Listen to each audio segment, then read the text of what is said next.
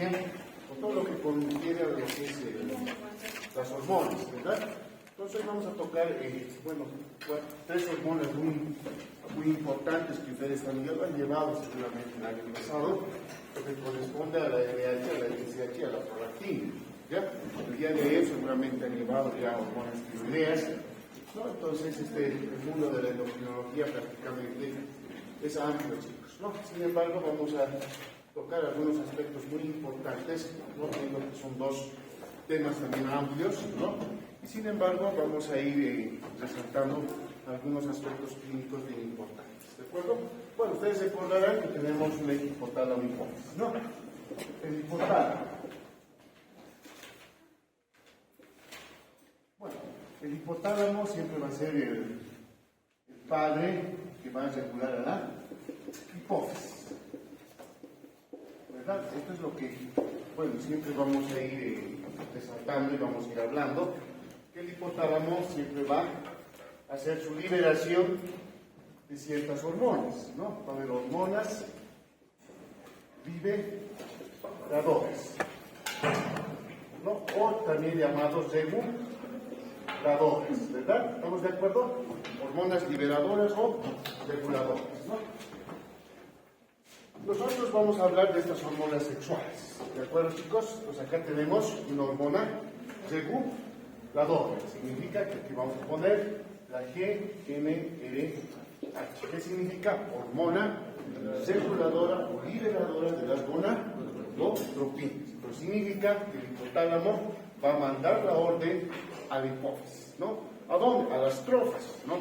Las trofas son tipos celulares de la hipófisis. Entonces, acá lo que nos interesa son dos tipos de células, ¿no?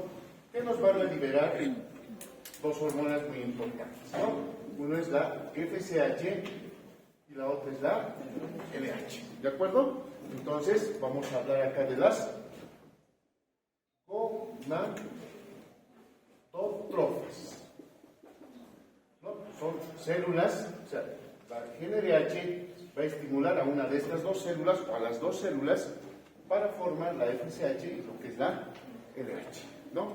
Ahora, ustedes saben que nosotros somos de dos géneros, ¿no? Tenemos un género masculino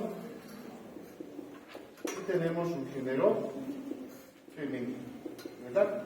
Por naturaleza. Dos. Entonces, la acción de estas hormonas van a ser diferentes, ¿verdad? Si hablamos nosotros de la FSH, ¿no? En el sexo femenino primero, ¿cuál va a ser la acción? ¿Cuál va a ser la función fisiológica? ¿No? La FSH va a tener dos funciones importantes en el sexo femenino. Uno, que va a ser la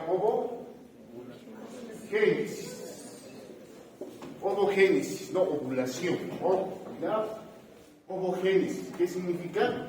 La formación de los óvulos o de los ovocitos, ¿de acuerdo? Otra función va a ser la formación de hormonas sexuales, ¿verdad? ¿Cuáles van a ser estas hormonas sexuales? Dos, ¿no? Uno va a ser el estrógeno y la progesterona. ¿Estamos de acuerdo? En el sexo femenino, ¿no? Pues miren, estamos hablando de una secuencia, estamos hablando del hipotálamo hipófisis, ¿no? Entonces ahí tenemos a la GnRH, que es la hormona liberadora o reguladora, que va a tener acción sobre la hipófisis anterior, ¿no? Estamos de acuerdo también en eso. Hay dos hipófisis, ¿saben? Hay una anterior y hay una posterior, o neurohipófisis. Entonces, acá lo que nos interesa a nosotros, jóvenes, es la anterior, ¿no? Porque va a estar compuesto por células somáticas, ¿no? Y ahí tenemos a la FSH, que va a tener dos funciones fisiológicas en el sexo femenino. Uno, la ovogénesis, que va a ser la formación de los óvulos, ¿no? Y bueno, tenemos acá otra función, la formación de hormonas, ¿no? Estrógeno y progesterona, ¿no? La LH, ¿qué es lo que va a generar? Va a tener dos funciones también, ¿no? Uno, la ovulación y también va a contribuir a la formación de hormonas sexuales, ¿no? Femeninas, ¿no? En este caso. ¿De acuerdo? Entonces, ¿cuándo se activa esto? ¿No? Ustedes saben que entre las 10ª y 12ª semana de vida intrauterina ya tenemos la acción de estas hormonas, ¿no? Es decir, chicos, durante la 10ª semana o 12ª semana de vida intrauterina va a haber un pico de secreción en esa etapa ¿de qué? De la FSH.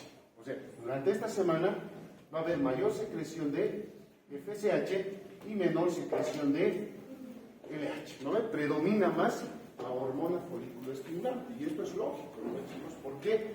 Porque tenemos que dejar nosotros, o por naturaleza, tiene que haber folículos primarios, ¿no? En esta etapa lo que va a haber son los folículos primarios, simples se llaman, ¿no? ¿Por qué? Porque va a estar rodeado, va a haber un ovocito primario interno y va a haber células, ¿no? Células que van a cubrir y van a proteger a nuestro ovocito, ¿no? De esta manera va a generar, ¿no?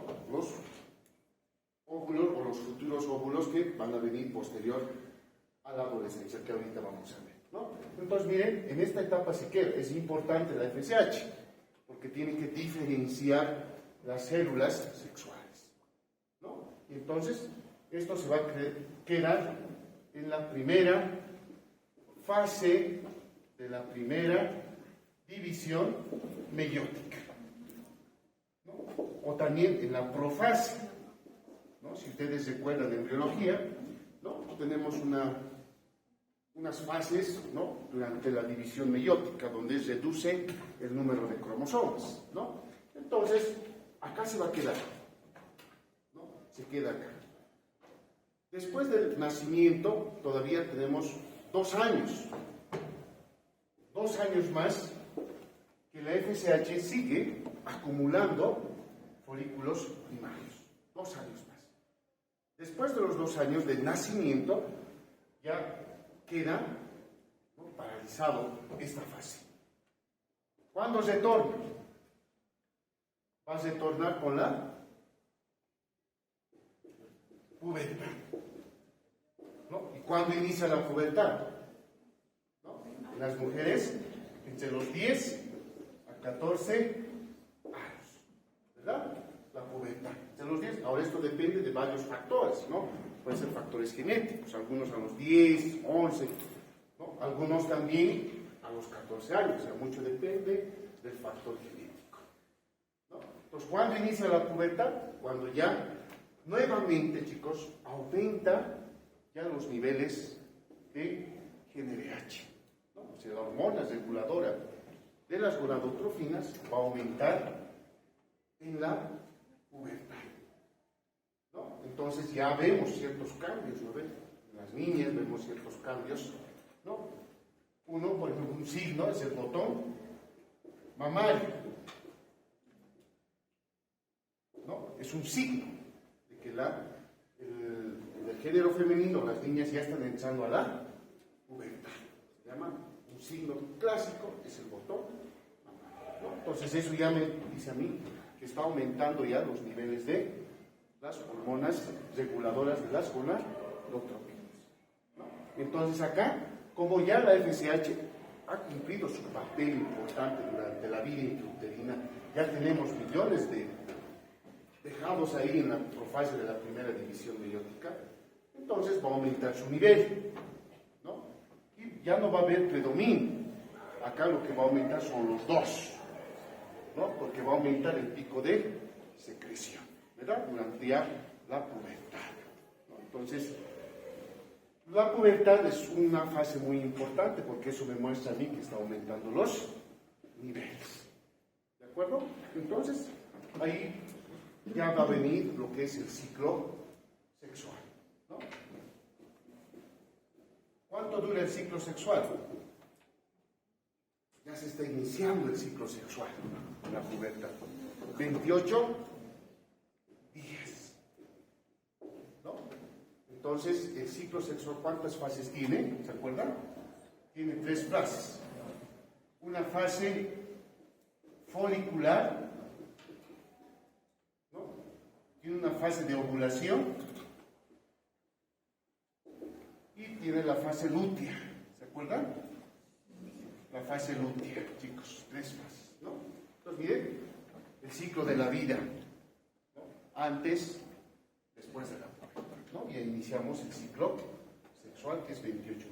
O sea, tenemos una fase folicular, ¿no? Seguramente la FSH va a reanudar la profase de la primera división, ¿no? Metafase, telofase, ya prácticamente va a completar ese ciclo folicular. ¿Para qué? Para que tengamos un óvulo maduro, ¿no? Esto, un óvulo maduro. Entonces, en esa etapa, la secreción sigue aumentando, ¿no? Y va a haber un aumento de la LH. Y la LH, por eso decimos ovulación, ¿no? Entonces, cuando se ha completado esta primera fase, chicos, la fase folicular, entonces viene la ovulación, ¿no? Entonces, sale el óvulo, ¿no? Y se queda el cuerpo lúteo, ¿no ven? Se queda el cuerpo lúteo. Entonces, ya ahí depende si hay fecundación o no hay fecundación, ¿verdad? Si hay fecundación, entonces este cuerpo lúteo va a aumentar la secreción de estrógeno y progesterona. 2 cosas ya va a cumplir, o sea, la función fisiológica después de la pubertad ya va a empezar a cambiar. ¿Lo ves, chicos? El estrógeno va a ayudar bastante, ¿no?, en la formación de los caracteres sexuales secundarios. Y primarios también, ¿no, chicos? Primarios. ¿No? O sea, ya tiene que preparar. ¿Qué tal si hay embarazo? ¿No? Entonces, el estrógeno tiene que empezar a preparar los caracteres sexuales primarios. Estamos hablando de las trompas, estamos hablando del útero, ¿no? Porque el útero es el sitio de fecundación, perdón, el sitio de implantación donde se va a desarrollar el nuevo ser, ¿no?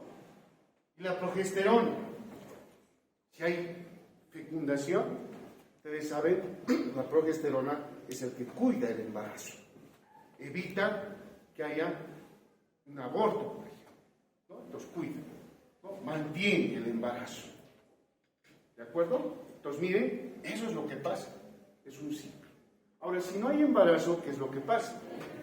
El cuerpo lúteo va a degenerar, ¿no? Va a degenerar. Pero las hormonas se han producido ya, ¿no? Entonces las hormonas van a ir a cumplir funciones, ¿no?, normales, ¿no?, de formar caracteres sexuales primarios y secundarios. Por eso vamos desarrollando, vamos cambiando también, chicos. ¿De acuerdo? Ese es el ciclo, ¿no?, en el sexo femenino. Ahora, ¿qué pasa en el sexo masculino? Cambia, acá vamos a cambiar, ¿no ven? Pues ya no va a ser ovogénesis. A ver, ¿cuál va a ser la función en el varón?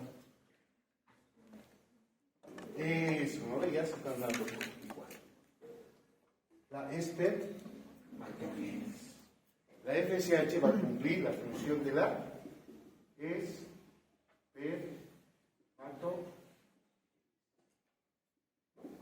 la FSH, espermatogénesis. Ahora, la espermatogénesis tiene un proceso también. ¿No ven, chicos? Entonces, hay 2 células responsables, o hay una célula responsable, ¿no? ¿Se acuerdan de las células de Sertoli? Sertoli, ¿no ven? Células de Sertoli. ¿Dónde se encuentran las células de Sertoli?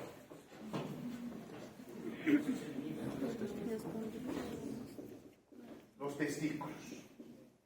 ¿Lo ven, chicos? Y en los testículos hay túbulos seminíferos. ¿Se acuerdan? ¿Lo ven? Testículos, ahí están dentro los túbulos seminíferos. Dentro de los túbulos túbulos seminíferos están las células de Sertoli. Las células de Sertoli, ¿se acuerdan? Tienen tres funciones importantes. Uno, va a promover la formación de los espermatozoides. Promueve. Dos, sirve como barrera. Es como un sistema inmunitario las células de Sertoli. No olviden que todo órgano es susceptible de una invasión patógena. Entonces las células de Sertoli sirven como barrera. Las células de Sertoli sirven, podríamos decir, como el que va a seleccionar qué hormona pasa y qué hormona no va a pasar.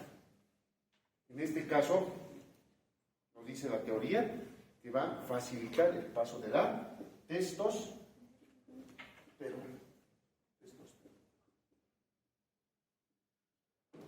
¿De acuerdo, chicos? Las células de Sertoli, muy importante. En los túbulos seminíferos, tres funciones: promueve la formación del espermatozoide, sirve como barrera, protectora, podríamos decir, que siempre un órgano está susceptible a un proceso de invasión bacteriana, y sirve de paso para esta hormona, para la testosterona. Y además forma una hormona, que es la inhibina. ¿Se acuerdan? De la inhibina. ¿No? Ahorita vamos a ver cuál es la función. Bien, las células de Sertoli. ¿De acuerdo? Miren la FSH. Entonces, en la mujer, su órgano blanco va a ser los ovarios. Formación de folículos. En el varón, el órgano blanco va a ser el testículo. Túbulos seminíferos sobre las células de Sertoli. ¿De acuerdo? Bien, ahora la LH. ¿Qué hace la LH? ¿Dónde va a actuar? ¿Qué va a hacer la LH? La LH, chicos, va a actuar sobre otra célula, las células intersticiales de Leydig. Células intersticiales de Leydig, ¿no? Que ocupan el 20% de toda la masa testicular. Entonces, las células de Sertoli ocupan el 80% de la masa testicular. ¿No? Miren, 20%. Estas células de Leydig tienen su importancia funcional. ¿Para qué nos sirven? Las células de Leydig van a generar lo que es la testosterona. ¿No? Va a promover la síntesis de la testosterona. Estamos hablando, acá chicos, miren, todo este juego está realizándose durante la décima segunda semana de vida intrauterina. ¿No ve? Porque esas hormonas, dependiendo del género, sea masculino o femenino, ya genéticamente, eso ustedes ya saben, si es XX, XY, pues va a ir generando estas hormonas y va a ir formando también los órganos sexuales, que va a diferenciar si es varón o es mujer. ¿Lo ven? Entonces miren, esto es lo que está pasando. ¿De acuerdo? Entonces acá no se va a formar espermatozoides todavía, sino va a ser espermatogonios. Los espermatogonios son las células madre, que van a dar origen a ¿qué? A los espermatocitos. Los espermatocitos que se quedan, dice, en media formación. Se quedan ahí, listo. Igual entran en meiosis, ¿o no, chicos? Primero entran en mitosis, o sea, los espermatogonios o los oogonios van a experimentar mitosis, porque tienen que multiplicarse. ¿A ver? Pero los espermatocitos tienen que sufrir meiosis, porque tienen que reducir el número de cromosomas, tener 23 cromosomas haploides. ¿Lo ve? No puede ser diploide. Imagínense, un ovocito con diploide va a haber una alteración ya en el número de cromosomas. ¿No? Eso ya lo han llevado en embriología, de acuerdo hasta ahora. ¿Lo ven, chicos?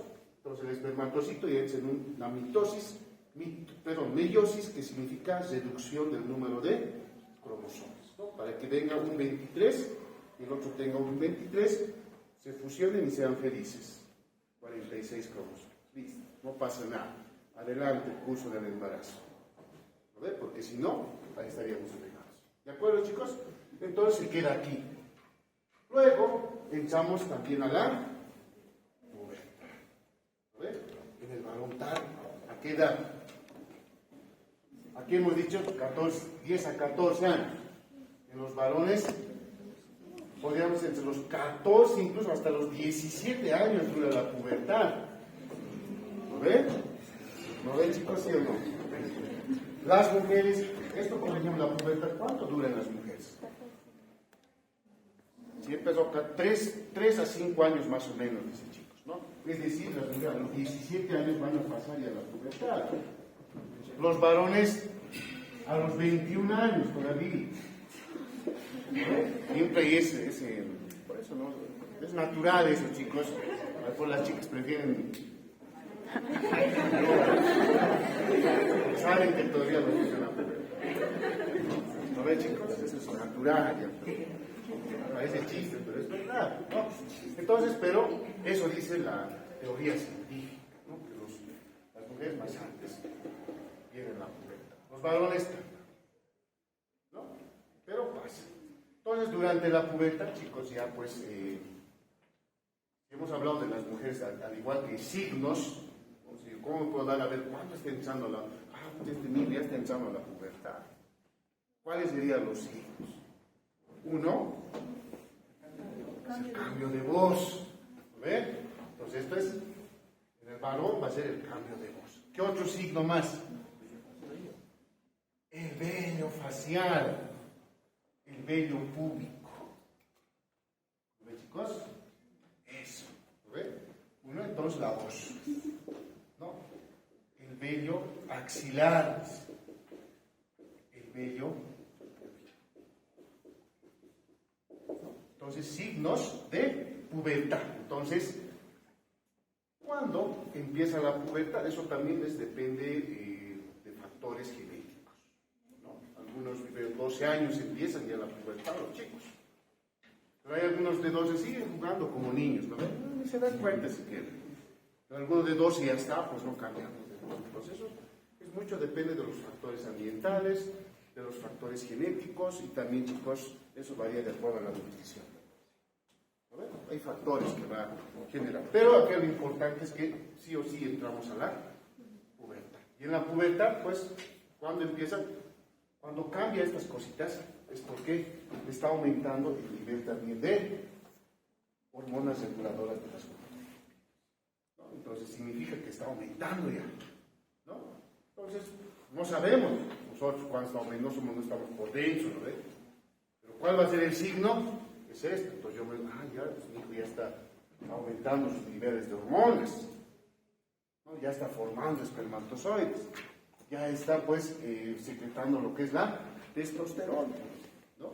Y cuando estemos a la dinámica de órganos sexuales, ahí vamos a ver con detalle cuáles habían sido las funciones de la testosterona, ¿no? Sobre el cambio de voz, por qué aumenta el vello axilar, el vello tibial. O sea, cambios fisiológicos, es decir, caracteres sexuales primarios y secundarios, ¿no?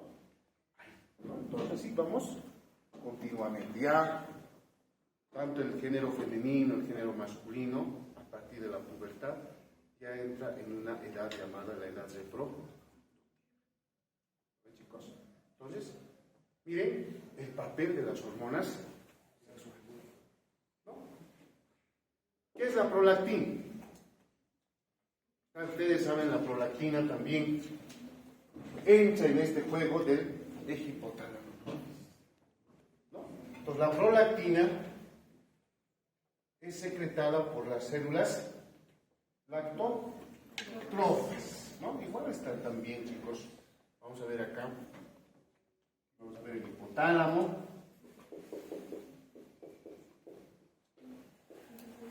La hipófisis. Entonces, para la prolactina vamos a tener las células lactótrofas. ¿No? Entonces, la prolactina va a tener también su hormona liberadora, ¿no? O su hormona reguladora, hormonas reguladoras de las lactotrofas. ¿Verdad? Aquí está la célula. Entonces, va a regular la secreción. Pero también va a tener una hormona inhibidora. ¿Cuál es la hormona inhibidora? La dopamina. Esta es inhibidora y esta es estimulante. Es lógico, ¿no, chicos? Fíjense que no hayamos inhibición. Desde tempranas edades ya estarían generando la producción de leche. Entonces, no es así. Entonces, el cuerpo es bien sabio, la fisiología es bien sabia, chicos. Tenemos una hormona que está inhibiendo a las células lactótrofas. ¿No? Por eso se llama también factor inhibidor de las lactótrofas. Inhibición. ¿No? Entonces, cuando se activa o cuando desaparece esta dopamina, no desaparece, sino va a ser inhibida. ¿Cuándo? Nosotros vamos a tener dos cosas. Uno, el embarazo. El embarazo, chicos, es un factor muy importante. ¿No? Durante el embarazo, chao, familia, va a predominar más la hormona reguladora de la salud. Vamos a producir pro. ¿Qué hace la prolactina? ¿Qué va a hacer? La producción de leche. Producción de leche. ¿No? ¿Qué más? Eso, desarrollo y crecimiento de los conductos galactóforos.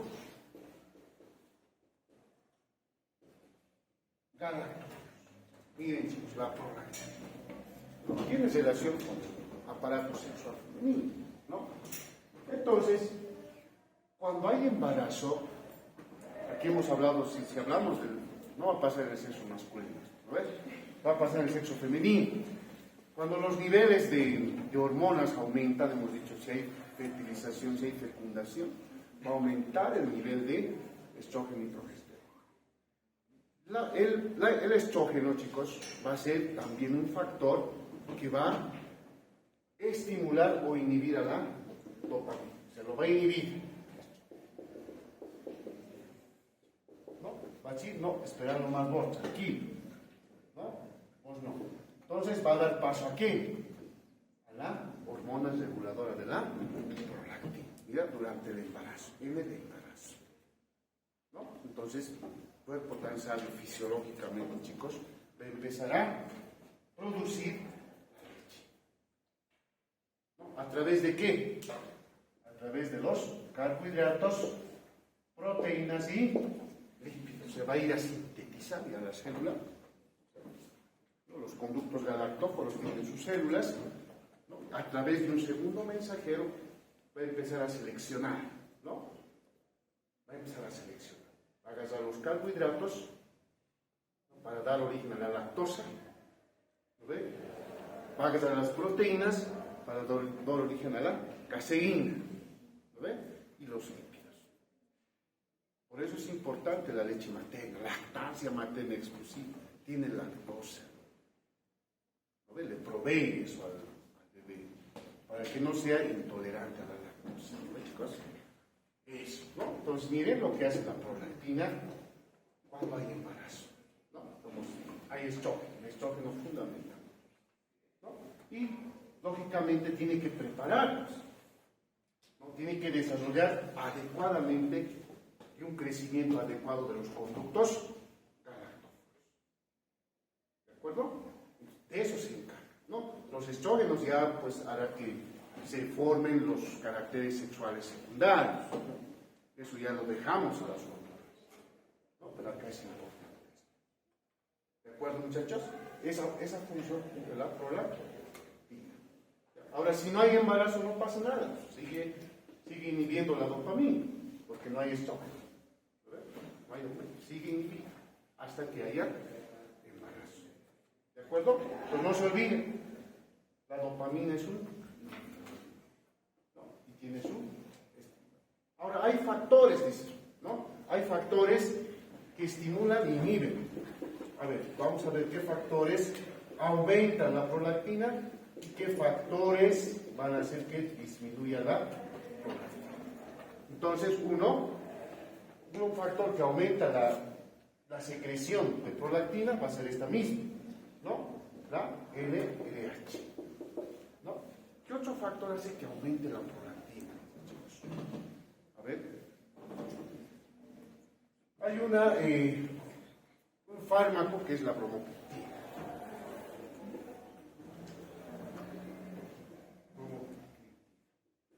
Que disminuye, este fármaco hace que aumenta, ¿no?, la producción de prolactina, ¿no? Entonces, hay muchos casos que hay madres que no producen adecuadamente la leche, ¿no? Entonces, muchas veces se estimula utilizando ciertos fármacos, ¿no? Pero, ¿cuál es lo importante? A veces, por eso nos enseñan, chicos, seguramente al año, en tercero y cuarto, van a empezar a estudiar los signos de buena gasa, ¿no? O sea, es decir, la succión es muy importante, o el amamantar, como se dice, ¿no ve? Es un factor importante en el aumento de la producción, ¿no? Por eso les van a decir signos de buena gasa. Si no agarra bien, no va a haber, pues va a sufrir el bebé, no va a haber buena secreción de lactancia materna, ¿no? ¿De acuerdo? 8, el sueño. El sueño también aumenta la secreción de prolactina. ¿De acuerdo? Eso, ¿no? Bueno, factores algunos importantes, muy importante el embarazo también, ¿no? Embarazo. El embarazo, el sueño, la succión, son factores que estimulan. Algunos textos lo mencionan, factores, ¿no? Pero acá los que disminuyen tenemos a la dopamina. ¿No? La dopamina. Una mala succión. Una mala succión o de amamantar, ¿no? También puede inhibir la secreción de prolactina. ¿De acuerdo? Entonces, chicos, miren, la endocrinología, ¿no?, el tema de hormonas, realmente tiene una función muy importante dentro de nuestro vivir diario. Todo es en función a las hormonas fisiológicas, ¿no? Tenemos cambios, ¿no? Todo ser humano tiene cambios de actitud. A veces estamos de buen humor, a veces de mal humor, ¿no? Controlar tus hormonas, ¿no ves? Te hablamos sin fundamentos científicos, pero ¿no? Ahí está el sueño a veces, porque una madre todo el tiempo está durmiendo, ¿han visto? Cuando está con su bebé, se duerme. Eso es fisiológico, ¿no ves? Que duerma, porque durante el sueño hay mayor secreción de prolactina. No es porque es flojo, está durmiendo nomás. Eso tiene su explicación. ¿De acuerdo? Entonces, todas estas hormonas, chicos, puede ser algo grande, se regula por retroalimentación. Hay retroalimentación positiva y negativa. ¿De acuerdo? Entonces, eso ya lo vamos a ir viendo en cada dinámica, como cada hormona se regula por sí sola, ¿no? Retroalimentación negativa significa, si yo tengo gran cantidad de prolactina, entonces esta prolactina mismo puede inhibir esto, ¿no? Se llama retroalimentación negativa. Ahora puede haber retroalimentación positiva. Aquello les mencionaba, ¿no? La célula de Sertolin va a secretar una hormona llamada inhibina. Y esa puede actuar por retroalimentación negativa, ¿no? O la testosterona. La testosterona, chicos, actúa por retroalimentación positiva, que puede actuar a ambos lados, positivamente. Si hay más en cuanto hay más testosterona, mayor va a ser la secreción de hormonas sexuales. Así, Eso es retroalimentación positiva y negativa. O sea, las hormonas tienen esa capacidad de regularse dependiendo la concentración de hormona en la sangre. ¿No? Y eso vamos a hablar harto, ¿no? Lo mismo pasa con las hormonas tiroideas, lo mismo pasa con las hormonas suprarrenales. ¿De acuerdo? Bueno, entonces, eso es lo que les puedo más o menos orientar, chicos. Seguramente ya en la parte dinámica lo vamos a ampliar más, ¿no? Son dos temas amplios, ¿no? Pero ténganlo eso, muy importante. ¿Cómo vas? Ya, listo, chicos. Gracias.